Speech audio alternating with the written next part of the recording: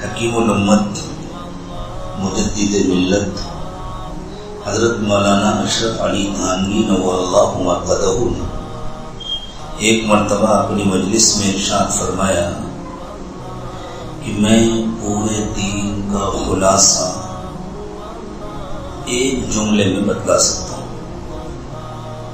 لوگ حیران ہو گئے۔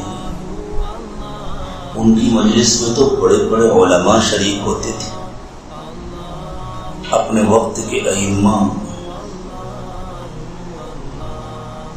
حضرت مولانا سید سلیمان ندوی رحمۃ اللہ علیہ، حضرت مولانا مفتی محمد شفیع صاحب، حضرت مولانا شبیر احمد عثمانی صاحب، حضرت مولانا ظفر احمد تھانوی صاحب، یہ سب اپنی اپنی جگہ پر علم کے پہاڑ تھے۔ یہ ہوتے تھے مریدین حضرت تھانوی کے، حضرت مولانا عبد الماجد دریابادی، یہ مشہور نام ہے جو میں لے رہا ہوں، ایسے اور کتنے تھے۔ وہ سب بھی حیران ہو گئے، پورے دین کا خلاصہ ایک جملے میں۔ انہوں نے عرض کیا، حضرت ہمیں بھی بتا دیجیے وہ جملہ کیا ہے جس میں پورے دین کا خلاصہ آ جائے۔ فرمایا پورے دین کا خلاصہ ہے حق ادا کرنا، جس کا بھی حق ہے، خالق کا بھی حق، مخلوق کا بھی حق، ہمارے ذمہ اللہ کا بھی حق ہے، اللہ کے رسول کا بھی حق ہے، اللہ والوں کا بھی حق ہے، ہمارے والدین کا بھی حق ہے، ہمارے رشتہ داروں کا بھی حق ہے، ہمارے پڑوسیوں کا بھی حق ہے، اور جو ہمارے رشتہ دار بھی نہیں ہیں، ہمارے پڑوسی بھی نہیں ہیں لیکن ضرورت مند ہیں، ان کا بھی ہمارے اوپر حق ہے۔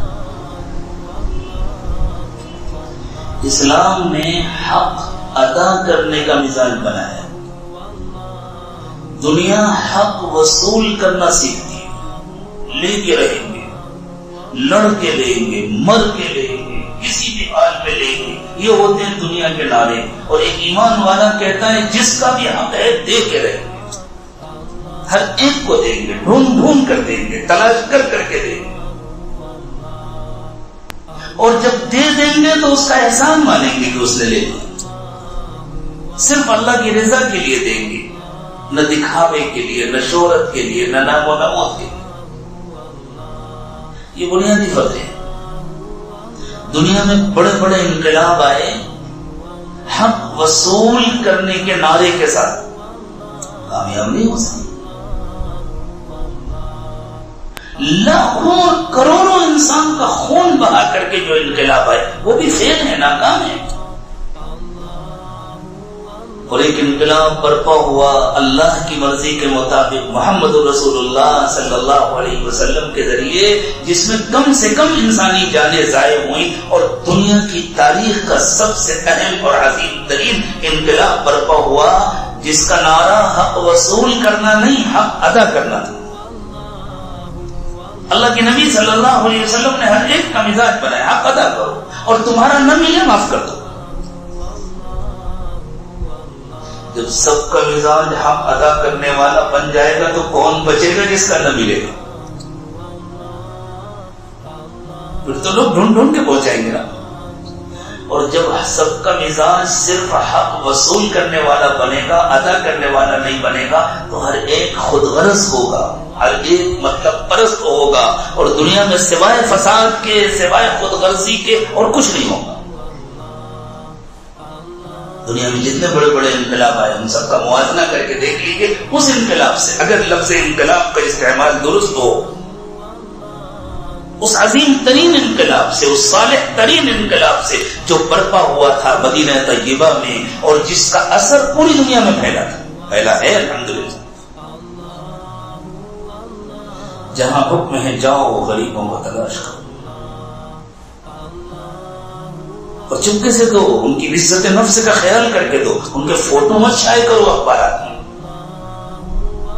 ان کی تصویریں مت بھیجو واٹس ایپ میں اور گروپوں میں، ان کی عزت کا خیال کرو، وہ تمہاری طرح انسان ہیں، ان کے سینے میں بھی ایک دھڑکتا ہوا دل ہے، ان کی بھی ایک عزت ہے.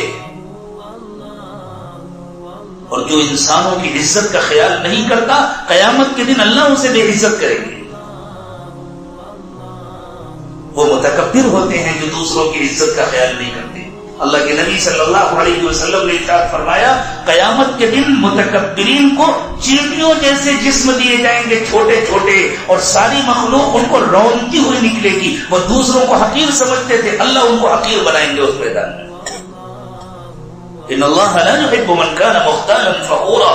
اللہ نے فرمایا جو متکبر ہوتا ہے، جو فخر کرتا ہے، جو اپنے کو بڑا سمجھتا ہے، جو دوسروں کو حقیر و چھوٹا سمجھتا ہے، اللہ اس کو پسند نہیں کرتے. اچھا انسان بننا سکھایا اللہ نے، اچھا مسلمان بننا سکھایا. جو اچھا مسلمان ہوتا ہے وہی اچھا انسان ہوتا ہے، جو اچھا انسان ہوتا ہے وہی اچھا مسلمان ہوتا ہے، اور جو اچھا انسان ہوتا ہے وہ ساری زندگی حقوق ادا کرتا ہے. اسے جو لینا ہے اللہ سے لینا ہے، اسے اطمینان ہوتا ہے ہمیں ملے گا اللہ کے پاس سے. پھر اللہ دنیا میں بھی اس کو عزت دیتے ہیں، اللہ دنیا میں بھی اس کے کاروبار میں، اس کی آمدنی میں برکت دیتے ہیں. اللہ لوگوں کے دلوں میں اس کی محبت ڈالتے ہیں. اسے عزت کی تلاش نہیں ہوتی، وہ تو سب کچھ اللہ کے لیے کرتا ہے، لیکن اللہ